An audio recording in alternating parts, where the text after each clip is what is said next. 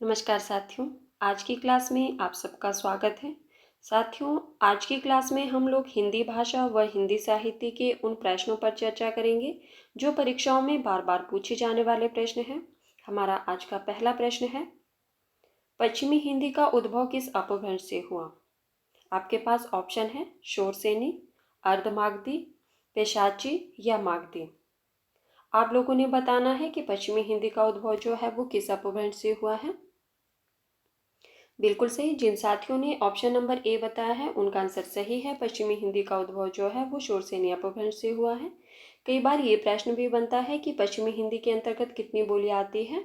तो पश्चिमी हिंदी के अंतर्गत कुल 5 बोलियां आती है। इन 5 बोलियों के नाम बताइए। कन्नौजी, खड़ी बोली, बुंदेली, ब्रजभाषा और हरियाणवी। ठीक है। हमारा अगला प्रश्न है, हिंदी की पहली कहानी लेखिका का नाम है। हिंदी की पहली कहानी लेखिका का नाम क्या है? आपके पास ऑप्शन है सत्यवती, चंद्रकांता, चंद्रकिरण या बंग महिला। तो साथियों, इसका सही आंसर क्या होगा? हिंदी की पहली कहानी लेखिका कौन मानी जाती है? बिल्कुल सही। जिन साथियों ने ऑप्शन नंबर डी बताया है उनका आंसर सही है। बंग महिला जो है वो हिंदी की पहली कहानी लेखिका मानी जाती है और इनकी एक प्रसिद्ध रचना है दुलाई वाली, जो कि बार बार परीक्षा में पूछी जाती है और उसका रचना काल है 1907 ईस्वी। हमारा अगला प्रश्न है, गोदान किसकी कृति है? गोदान किसकी कृति है? आपके पास ऑप्शन है जयशंकर प्रसाद, प्रेमचंद, फणीश्वर नाथ रेणु या अज्ञे। तो साथियों, इसका सही आंसर क्या होगा? गोदान जो है वो किसकी रचना है? बिल्कुल सही। जिन साथियों ने ऑप्शन नंबर बी बताया है उनका आंसर सही है। गोदान जो है वो प्रेमचंद जी का उपन्यास है और उसका रचना काल 1936 ईस्वी है। हमारा अगला प्रश्न है, ये आपके पास पंक्तियां दी गई है। दुख ही जीवन की कथा रही, क्या कहूँ आज जो नहीं कही। प्रस्तुत पंक्तियों के रचयिता हैं। इन पंक्तियों के रचयिता कौन है? आपके पास ऑप्शन है सुमित्रा नंदन पंत, सूर्यकांत त्रिपाठी निराला, जयशंकर प्रसाद या महादेवी वर्मा। तो साथियों, इसका सही आंसर क्या होगा? ये प्रस्तुत पंक्तियां जो है वो किसने लिखी है? बिल्कुल सही। जिन साथियों ने ऑप्शन नंबर बी बताया है उनका आंसर सही है। यह पंक्तियां जो है वो सूर्यकांत त्रिपाठी निराला की है और सरोज समृद्धि से ली गई है। सरोज समृद्धि हिंदी संसार का सर्वाधिक प्रसिद्ध शोक गीत माना जाता है। हमारा अगला प्रश्न है, यामा के रचयिता हैं। यामा के रचयिता कौन है? आपके पास ऑप्शन है महादेवी वर्मा, सुभद्रा कुमारी चौहान, सुमित्रा नंदन पंत या मीराबाई। तो साथियों, इसका सही आंसर क्या होगा? यामा जो है वो किसकी रचना है? बिल्कुल सही। जिन साथियों ने ऑप्शन नंबर ए बताया है उनका आंसर सही है। यामा जो है वो महादेवी वर्मा जी की रचना है। कई बार इसका रचना काल भी पूछा जाता है, तो इसका रचना काल 1940 ईस्वी है। और यामा के लिए जो है महादेवी वर्मा को 1982 ईस्वी में ज्ञानपीठ पुरस्कार भी मिला था। हमारा अगला प्रश्न है, पूर्वी हिंदी की बोलियां अपभ्रंश के किस रूप से विकसित हुई? पूर्वी हिंदी की बोलियां अपभ्रंश के किस रूप से विकसित हुई? आपके पास ऑप्शन है अर्धमागधी, शोरसेनी, पेशाची या मागधी। तो साथियों, इसका सही आंसर क्या होगा? बिल्कुल सही। जिन साथियों ने ऑप्शन नंबर ए बताया है उनका आंसर सही है। पूर्वी हिंदी की बोलियां जो है वो अर्धमागधी अपभ्रंश से विकसित हुई है। पूर्वी हिंदी के अंतर्गत कितनी बोलियां आती है? बिल्कुल सही। पूर्वी हिंदी के अंतर्गत कुल 3 बोलियां आती हैं। इन 3 बोलियों के नाम बताइए। जी हाँ, अवधी, बघेली और छत्तीसगढ़ी। हमारा अगला प्रश्न है, आत्मजय के रचयिता है। आत्मजय के रचयिता कौन है? आपके पास ऑप्शन है नरेश मेहता, कुंवर नारायण, श्रीकांत वर्मा या मुक्तिबोध। तो साथियों, इसका सही आंसर क्या होगा? आत्मजय जो है वो किसकी रचना है? बिल्कुल सही। जिन साथियों ने ऑप्शन नंबर बी बताया है उनका आंसर सही है। आत्मजय जो है वो कुंवर नारायण जी की रचना है। कई बार इसका रचना काल भी पूछा जाता है, तो यह 1965 की रचना है। ठीक है। और 1995 ईस्वी में इसे व्यास सम्मान भी मिला था। हमारा अगला प्रश्न है, खड़ी बोली के सर्वप्रथम लोकप्रिय कवि माने जाते हैं। खड़ी बोली के सर्वप्रथम लोकप्रिय कवि कौन माने जाते हैं? आपके पास ऑप्शन है सूर्यकांत त्रिपाठी निराला, मैथिली शरण गुप्त, रामधारी सिंह दिनकर या अयोध्या सिंह उपाध्याय हरिऔध। तो साथियों इसका सही आंसर क्या होगा? खड़ी बोली के सर्वप्रथम लोकप्रिय कवि कौन माने जाते हैं? बिल्कुल सही। जिन साथियों ने ऑप्शन नंबर डी बताया है उनका आंसर सही है। अयोध्या सिंह उपाध्याय हरिऔध को जो है वो खड़ी बोली का प्रसिद्ध कवि माना जाता है। खड़ी बोली हिंदी का प्रथम महाकाव्य जो है वो किसे माना जाता है? उस महाकाव्य का नाम बताइए। बिल्कुल सही। उस महाकाव्य का नाम है प्रिय प्रवास, जो कि खड़ी बोली में रचित है। हमारा अगला प्रश्न है, चांद का मुंह टेढ़ा है के रचयिता कौन है? ये आपके पास रचना दी गई है, चांद का मुंह टेढ़ा, इसके रचयिता कौन है? आपके पास ऑप्शन है भारतेंदु हरिश्चंद्र, भवानी प्रसाद मिश्र, गजानन माधव मुक्तिबोध या गिरिजा कुमार माथुर। तो साथियों इसका सही आंसर क्या होगा? चांद का मुंह टेढ़ा जो है वो किसकी रचना है? कौन इसके रचयिता माने जाते हैं? बिल्कुल सही। जिन साथियों ने ऑप्शन नंबर सी बताया है उनका आंसर सही है। गजानन माधव मुक्तिबोध जो है वो चांद का मुंह टेढ़ा के रचयिता है और इसका रचनाकाल 1964 ईस्वी है। हमारा अगला प्रश्न है, निम्नलिखित में से किन्हें हिंदी साहित्य अकादमी पुरस्कार मिला? किसे जो है वो साहित्य अकादमी पुरस्कार मिला? आपके पास ऑप्शन है नामवर सिंह, निराला, भारतेंदु हरिश्चंद्र या प्रेमचंद। तो साथियों इसका सही आंसर क्या होगा? साहित्य अकादमी पुरस्कार किसे मिला? बिल्कुल सही। जिन साथियों ने ऑप्शन नंबर ए बताया है उनका आंसर सही है। नामवर सिंह को जो है वो साहित्य अकादमी पुरस्कार मिला। हमारा अगला प्रश्न है, संसद से सड़क तक काव्य के रचनाकार हैं। ये आपके पास रचना दी गई है, संसद से सड़क तक, इसके रचनाकार कौन है? आपके पास ऑप्शन है रघुवीर सहाय, सुदामा पांडे धूमिल, अज्ञे या निराला। तो साथियों इसका सही आंसर क्या होगा? संसद से सड़क तक के रचनाकार कौन है? बिल्कुल सही। जिन साथियों ने ऑप्शन नंबर बी बताया है उनका आंसर सही है। यह रचना जो है वो सुदामा पांडे धूमिल की है। हमारा अगला प्रश्न है, भरत मुनि के ग्रंथ का नाम है। भरत मुनि के ग्रंथ का नाम क्या है? आपके पास ऑप्शन है काव्य प्रकाश, काव्य मीमांसा, नाट्यशास्त्र या काव्यालंकार। तो साथियों इसका सही आंसर क्या होगा? आप लोगों ने भरत मुनि के ग्रंथ का नाम बताना है। भरत मुनि के ग्रंथ का नाम क्या है? बिल्कुल सही। जिन साथियों ने ऑप्शन नंबर सी बताया है उनका आंसर सही है। भरत मुनि के ग्रंथ का नाम जो है वो नाट्यशास्त्र है। अगर हम बात करें कि काव्य प्रकाश जो है वो किसके ग्रंथ का नाम है? बिल्कुल सही। काव्य प्रकाश जो है वो मम्मट का ग्रंथ है और काव्य मीमांसा ये राजशेखर जी का ग्रंथ है और काव्य अलंकार ये भामा का। हमारा अगला प्रश्न है, संस्कृति के 4 अध्याय किसकी रचना है? संस्कृति के 4 अध्याय जो रचना है वो किसकी है? आपके पास ऑप्शन है भगवती चरण वर्मा की, रामधारी सिंह दिनकर, माखनलाल चतुर्वेदी या सुभद्रा कुमारी चौहान। तो साथियों इसका सही आंसर क्या होगा? संस्कृति के 4 अध्याय जो है वो किसकी रचना है? बिल्कुल सही। जिन साथियों ने ऑप्शन नंबर बी बताया है उनका आंसर सही है। संस्कृति के 4 अध्याय जो है वो रामधारी सिंह दिनकर जी की रचना है। हमारा अगला प्रश्न है, शिव शंभू के चिट्ठे से संबंधित रचनाकार हैं। ये आपके पास रचना दी गई है शिव शंभू की चिट्ठी, इसके रचनाकार कौन है? आपके पास ऑप्शन है बाबू तोताराम, केशव राम भट्ट, अंबिका दत्त व्यास या बाल मुकुंद गुप्त। तो साथियों इसका सही आंसर क्या होगा?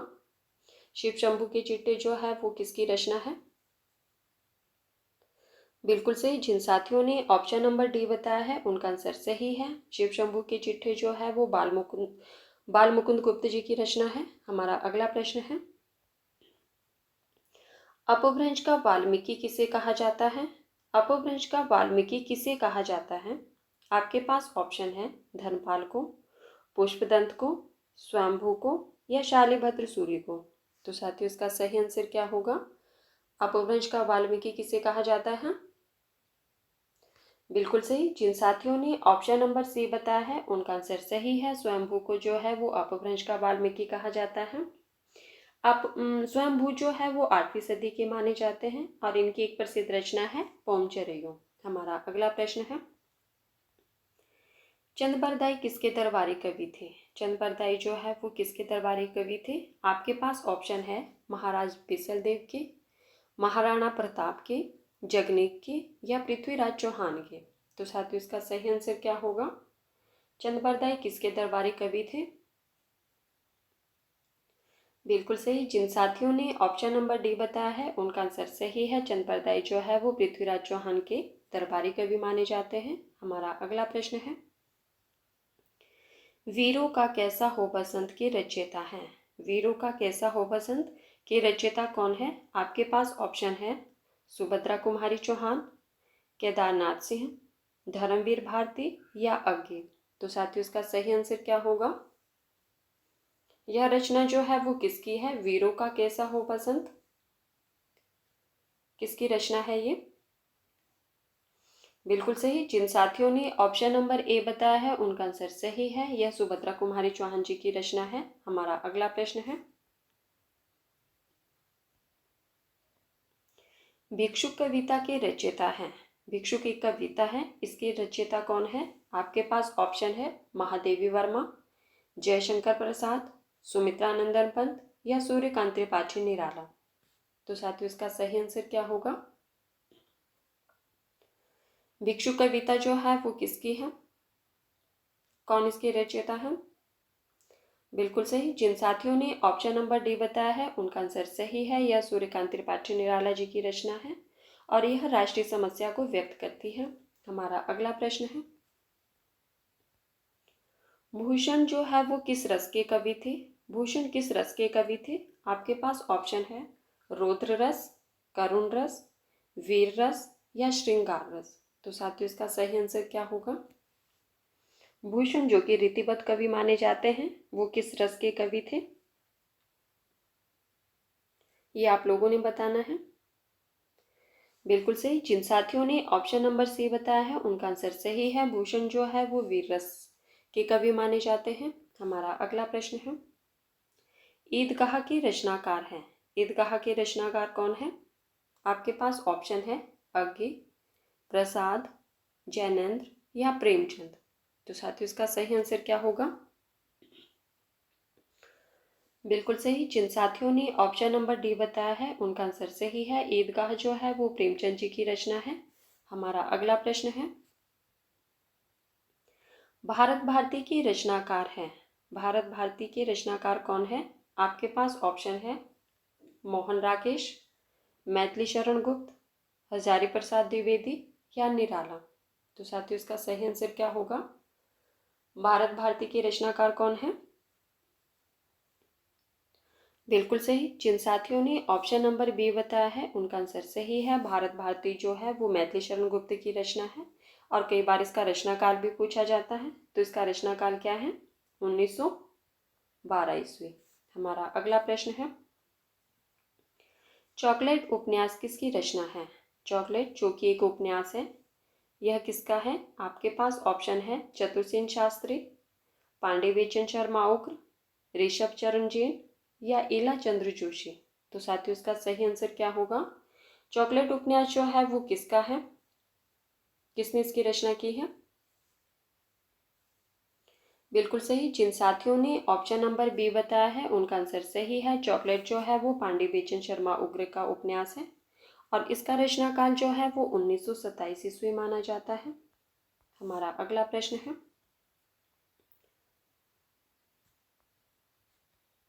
आह वेदना मिली विदाई किस नाटक के गीत की पंक्ति है? ये आपके पास पंक्ति दी गई है, आह वेदना मिली विदाई किस नाटक के गीत की पंक्ति है? आपके पास ऑप्शन है अजातशत्रु, स्कंदगुप्त, चंद्रगुप्त, ध्रुव स्वामिनी, स्कंदगुप्त। तो साथियों इसका सही आंसर क्या होगा? यह पंक्ति जो है वो किस नाटक से ली गई है? आह वेदना मिली विदाई, यह पंक्ति जो है वो किस नाटक से ली गई है? बिल्कुल सही। जिन साथियों ने ऑप्शन नंबर डी बताया है उनका आंसर सही है। यह पंक्ति जो है वो स्कंदगुप्त नाटक से ली गई है। और स्कंदगुप्त नाटक का रचना काल क्या है? तो 1928 ईस्वी। हमारा अगला प्रश्न है, कछुआ धर्म किस विधा की रचना है? कछुआ धर्म जो है वो किस विधा की रचना है? आपके पास ऑप्शन है संस्मरण, निबंध, रेखाचित्र या कहानी। कछुआ धर्म जो है वो किस विधा की रचना है, ये आप लोगों ने बताना है। बिल्कुल सही। जिन साथियों ने ऑप्शन नंबर बी बताया है उनका आंसर सही है, यह एक निबंध है। और यह कछुआ धर्म जो है वो किसका निबंध है? इसके निबंधकार का नाम बताइए।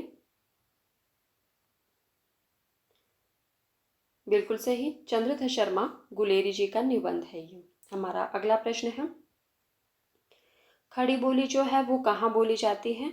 खड़ी बोली कहाँ बोली जाती है? आपके पास ऑप्शन है कानपुर, झांसी, अलीगढ़ या मेरठ। तो साथियों इसका सही आंसर क्या होगा? खड़ी बोली कहाँ बोली जाती है? बिल्कुल सही। जिन साथियों ने ऑप्शन नंबर डी बताया है उनका आंसर सही है। खड़ी बोली जो है वो मेरठ में बोली जाती है। अब आप लोगों ने मुझे कमेंट बॉक्स में कमेंट करके बताना है कि खड़ी बोली जो है वो किस की बोली मानी जाती है, किस भाषा की बोली मानी जाती है। हमारा अगला प्रश्न है, कौन सा लेखक भारतेंदु मंडल का नहीं है? कौन सा लेखक भारतेंदु मंडल का नहीं है? आपके पास ऑप्शन है प्रताप नारायण मिश्र, प्रेमघन, श्रीधर पाठक, बालकृष्ण भट्ट। तो साथियों इसका सही आंसर क्या होगा? बिल्कुल सही। जिन साथियों ने ऑप्शन नंबर सी बताया है उनका आंसर सही है। श्रीधर पाठक जो है वो भारतेंदु मंडल के कवि नहीं माने जाते हैं, जबकि ये तीनों जो है वो भारतेंदु मंडल के कवि हैं। प्रताप नारायण मिश्र, प्रेमघन, बालकृष्ण भट्ट, ये तीनों कवि भारतेंदु मंडल के कवि माने जाते हैं। हमारा अगला प्रश्न है, अर्धमागधी अपभ्रंश से विकसित बोली है। अर्धमागधी अपभ्रंश से विकसित बोली कौन सी है? आपके पास ऑप्शन है बांगरू, बघेली, भोजपुरी, ब्रजभाषा। तो साथियों इसका सही आंसर क्या होगा? इस तरह का हमने एक प्रश्न अभी भी ऊपर डिस्कस किया है। आप लोगों ने बताना है कि अर्धमागधी अपभ्रंश से विकसित बोली कौन सी है। बिल्कुल सही। जिन साथियों ने ऑप्शन नंबर बी बताया है उनका आंसर सही है। बघेली जो है वो अर्धमागधी अपभ्रंश से विकसित बोली है। बघेली पूर्वी हिंदी के अंतर्गत आती है। हमारा अगला प्रश्न है, रासो शब्द की उत्पत्ति रसायन से किसने मानी है? रासो शब्द की उत्पत्ति रसायन से किसने मानी है? आपके पास ऑप्शन है गारसादत्त आसी, हरप्रसाद शास्त्री, रामचंद्र शुक्ल या हजारी प्रसाद द्विवेदी। तो साथियों इसका सही आंसर क्या होगा? रासो शब्द की उत्पत्ति रसायन से किसने मानी है? बिल्कुल सही। जिन साथियों ने ऑप्शन नंबर सी बताया है उनका आंसर सही है। रासो शब्द की उत्पत्ति रसायन से रामचंद्र शुक्ल ने मानी है। अगर हम बात करें कि गारसादत्त आसी ने किससे मानी है, तो राजसूय से, हरप्रसाद शास्त्री ने राजयश से और हजारी प्रसाद द्विवेदी ने रासक से। ठीक है, हजारी प्रसाद द्विवेदी ने किससे मानी है रासो शब्द की उत्पत्ति? तो रासक से। हमारा अगला प्रश्न है, मतवाला के संपादक कौन थे? मतवाला इसके संपादक कौन थे? आपके पास ऑप्शन है भारतेंदु हरिश्चंद्र, धर्मवीर भारती, निराला, शिव पूजन सहाय। तो साथियों इसका सही आंसर क्या होगा? मतवाला जो है वो किसकी पत्रिका है? कौन इसके संपादक है?